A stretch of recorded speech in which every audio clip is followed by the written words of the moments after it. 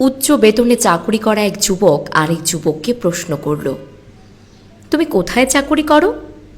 একটা কোম্পানিতে। স্যালারি কত? 10,000 টাকা। 10,000? চলো কিভাবে? তোমার মালিক তোমার প্রতি অবিচার করছে। তুমি যেই ছেলে, তোমার যা যোগ্যতা, তাতে হেসে খেলেই তুমি অনেক টাকা বেতন পেতে পারো।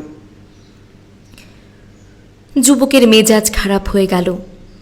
নিজের কাজের প্রতি ও বসের প্রতি বেজায় রুষ্ট হয়ে উঠল। পরদিন গিয়ে সরাসরি বসকে বেতন বাড়ানোর কথা জানালো। কথা কাটাকাটি হওয়ার এক পর্যায়ে বস তাকে চাকরিচ্যুত করল।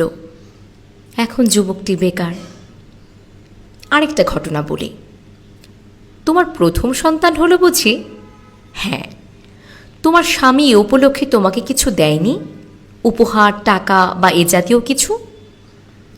না। কেন দিবে? এ তো আমাদেরই সন্তান। উপহার বা টাকা দিতে হবে কেন? কেন, তোমাকে হাত খরচার জন্যও তো 2-4 পয়সা দিতে পারে। তার কাছে কি তোমার কোনো মূল্য নেই? তুমি চাকরানি। স্ত্রীর মনে ধরল কথাটা। সারাদিন কথাটা ভাবতে ভাবতে মনটা বিষ হয়ে উঠল। সত্যিই তো, আমাকে একটা টাকাও কখনো ছোঁয়ায় না। রাতে কর্মক্লান্ত স্বামী ঘরে ফিরল। স্ত্রীর মুখ দিয়ে বোমা বিস্ফোরিত হল। রেগে গেল দুজনে। কথা কাটাকাটি, ঝগড়া আর ঝগড়া, পরে হাতাহাতি, অবশেষে পরিস্থিতি বিচ্ছেদ পর্যন্ত গিয়ে গড়ালো। আরেকটা ঘটনা বলি। এই বৃদ্ধ বয়সে কষ্ট করছেন? ছেলে ঢাকায় থাকে, বড় চাকরি করে শুনেছি। মস্ত বড় ফ্ল্যাটে বউ বাচ্চা নিয়ে থাকে। আপনাদের দুজনকে সাথে নিয়ে যেতে পারে না? আপনাদের দেখতেও তো আসে না। না না, ছেলে আমার খুবই ব্যস্ত। টাকা পাঠায় তো, ফোনেও খোঁজ খবর নেয় নিয়মিত। কি এমন ব্যস্ততা তার শুনি? নিজের জন্মদাতা জন্মদাত্রীকে দেখতে আসার সময় হয় না? সারাদিন অফিস বাসা করতে করতেই তো তার সবটা সময় চলে যায়। আপনি খোঁজ নিয়েছেন? সে ঢাকায় বাড়ি গাড়ি হাঁকিয়ে বেড়াচ্ছে, আর আপনারা অজপাড়া গায়ে ঢুকছেন। বৃদ্ধ বাবা বাসায় এসে স্ত্রীকে খুলে বলল। স্ত্রীও বাধা দিল। আপনি ভুল শুনেছেন, সে আসলেই ব্যস্ত।